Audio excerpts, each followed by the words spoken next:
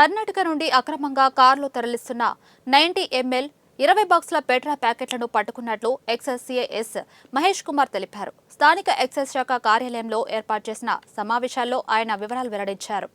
సమాచారం మేరకు deputy commissioner Nagamadayya, assistant commissioner Muniswamy, in charge excise superintendent Revathi ఆదేశాలతో మొలకాలమూరు చెక్పోస్టు వద్ద దాడులు నిర్వహించినట్లు ఆయన తెలిపారు. సమాచారం మేరకు దాడులు ఎరుపు రంగు కారు మద్యం ఉంది. సో ఆ 20 బాక్సుల కర్ణాటక మద్యము ఆ ముద్దాయిల్ని విచారణ చేస్తే దాంట్లో మొదటి వ్యక్తి నాయకుల హనుమంతు.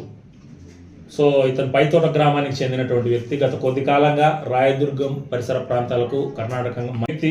అతను కూడా తన వరప్రసాద్ రాష్ట్రం హనగల్లులోని బార్కు దగ్గర తక్కువ రేటుకు లిక్కర్ కొని అన్ని ప్రాంతాలకు సరఫరా చేస్తూ ఉన్నారు. సో విత్ ఎవిడెన్స్ వీళ్ళందరినీ కూడా అదుపులోకి తీసుకొని వీళ్ళ మీద కేసు నమోదు చేసి రిమాండ్కి అనేది పంపడం జరుగుతుంది.